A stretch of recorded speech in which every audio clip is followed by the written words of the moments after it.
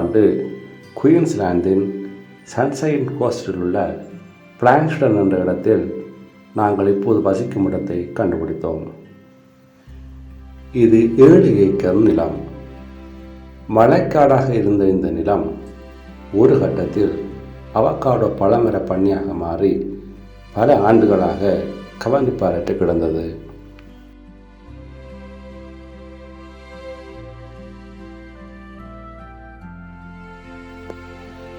நாங்கள் இந்த இடத்தை சுற்றி பார்த்தபோது இதுதான் எங்கள் வீடு என்று இருவரும் உணர்ந்தோம்.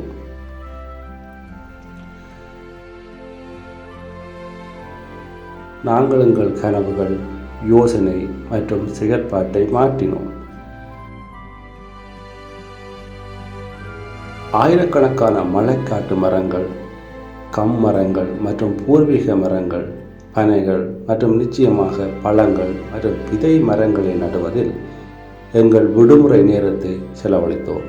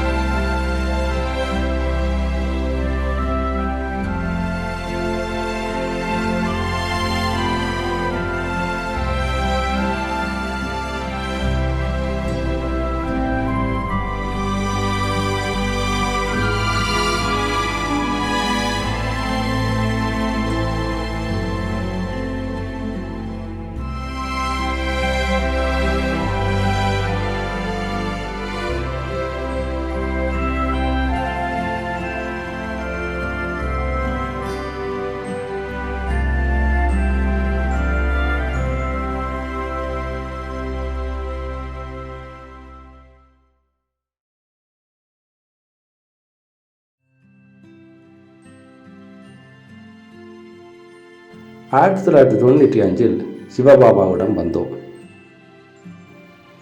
சிவபாபாவின் ஆன்மீக அறிவை முழுமையாக பெற்று அவருடைய வழிகாட்டுதலை பின்பற்றிய போதுதான் எல்லாம் அர்த்தமுள்ளதாக இருந்தது.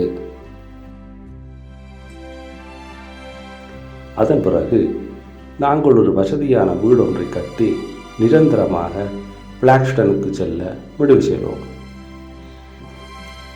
ராஜயோக தியான வகுப்புகள் மற்றும் படிப்புகளை நடத்தி இயற்கைக்கு கை கொடுக்கவும் மலைக்காடுகளின் அழகை மீட்டெடுக்கவும் முடிவு செய்தோம்.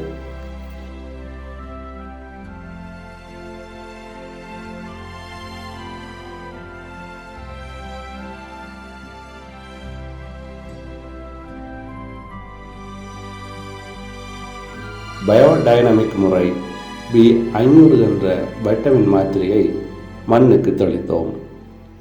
மற்றும் பழங்களின் வளர்ச்சியை அதிகரிக்க சூரியனிலிருந்து சக்தியை பெறும் B501 போன்றவற்றை பயன்படுத்தினோம்.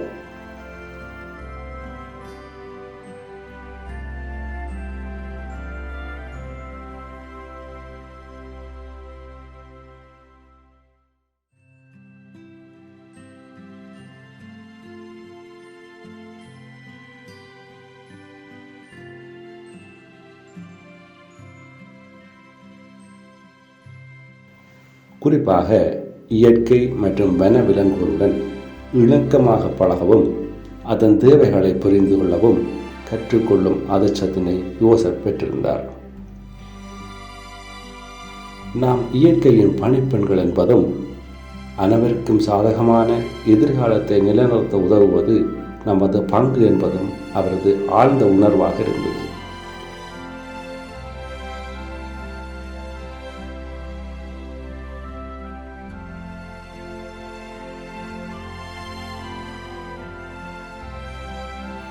இயற்கையின் மீது அக்கறை கொள்வதென்பது அன்பு மற்றும் நம்பிக்கையின் உறவை கொண்டிருப்பதும் எளிமையாகவும் முன்மாதிரியாகவும் இருப்பதென்று நாங்கள் நம்புகிறோம்.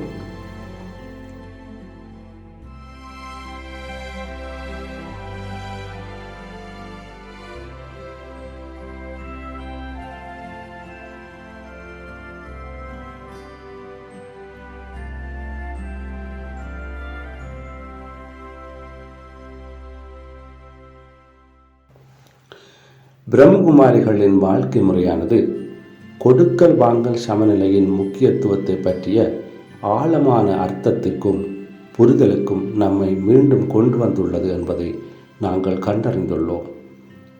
மேலும் இந்த புரிதலுடன் நாம் இயற்கையுடனும் மற்றவர்களுடனும் மரியாதையுடன் தொடர்பு கொள்ளலாம்.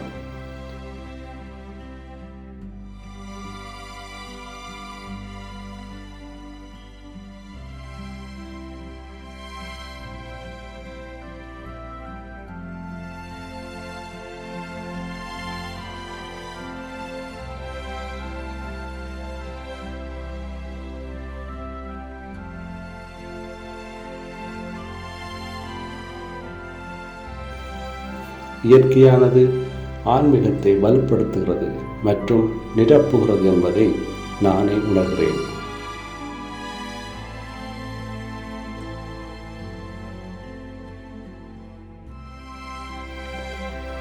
இந்த 26 வருடங்களில் பல வழிகளில் நாம் செய்த முயற்சிகளுக்கு இயற்கை நமக்கு வெகுமதி அளித்துள்ளது.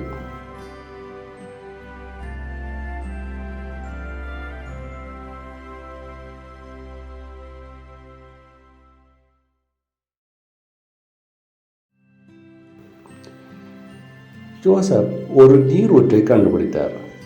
அது எங்களுக்கு தெரியாது. தண்ணீரை இணைக்கவும் சேகரிக்கவும் ஒரு வழியை கண்டுபிடிப்பதில் அவர் மும்முரமாக வேலை செய்தார். அது வெப்பம் மற்றும் வறண்ட காலங்களில் கூட பாய்ந்து கொண்டுதான் இருக்கிறது.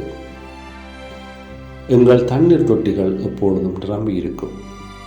மேலும் நாங்கள் எங்கள் அண்டை வீட்டாருக்கும் வெவ்வேறு நேரங்களில் தண்ணீரை வழங்கிக் கொண்டிருக்கிறோம். எங்களிடம் இப்போது தேனீக்கள் உள்ளன. தேனீக்கள் வேண்டும் என்பது பல காலமாக யோசப்பின் எண்ணமாக இருந்தது. அவர் தேனீக்களை பெருமையாகவும் மரியாதையாகவும் மகிழ்ச்சியாகவும் பராமரிக்கிறார். பதிலுக்கு தேனீக்களும் எங்களுக்கு ஒரு நல்ல தேனை தருகின்றன. இயற்கையானது நம்முடன் எவ்வாறு ஒத்துழைக்கிறது என்பதை அனுபவிப்பது மிகவும் அருமையாக இருக்கிறது. மேலும் நாங்கள் மிகவும் மகிழ்ச்சியாகவும் நமது நோக்கத்தை அடைந்ததில் திருப்தியாகவும் இருக்கிறோம். முடிந்தவரை சுதந்திரமாக இருக்கிறோம். இயற்கை உயிர் போன்றது. இயற்கையே அனைத்தையும் தருகின்றது.